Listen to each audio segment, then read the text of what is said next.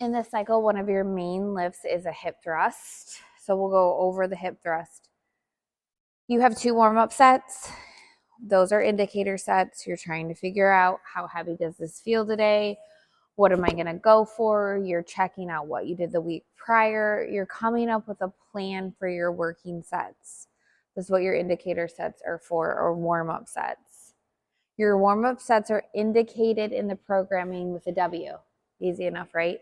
So you're going to set this hip thrust up with the equipment that you have. Everybody's setup looks different depending on what you're working with. Some people prefer a Smith machine. Some people want a barbell. Some people like the Booty Builder.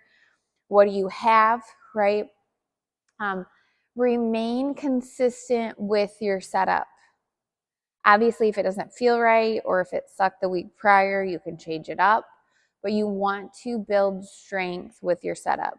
You should feel this movement in your glutes. It's all about your booty. Okay, so I have a 12-inch bench behind me. My back is up against it flat.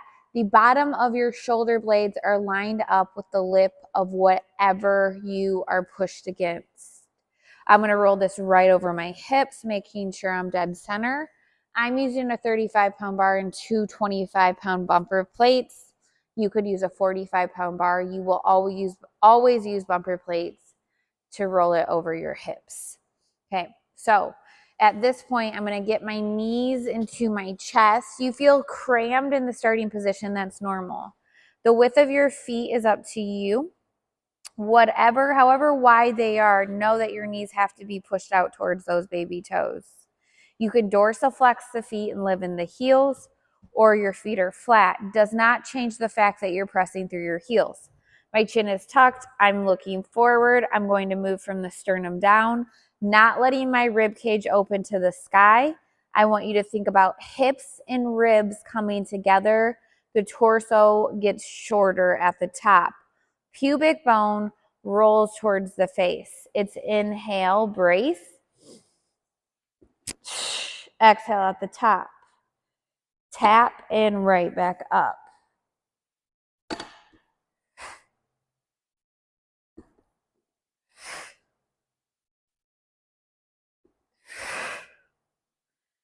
Okay, you would do your warm-up set, your first warm-up set. Go to about 50% of max effort. Second warm-up set, you're adding a little bit of load. Again, you're going to 50%. Then you're going to get into your working sets.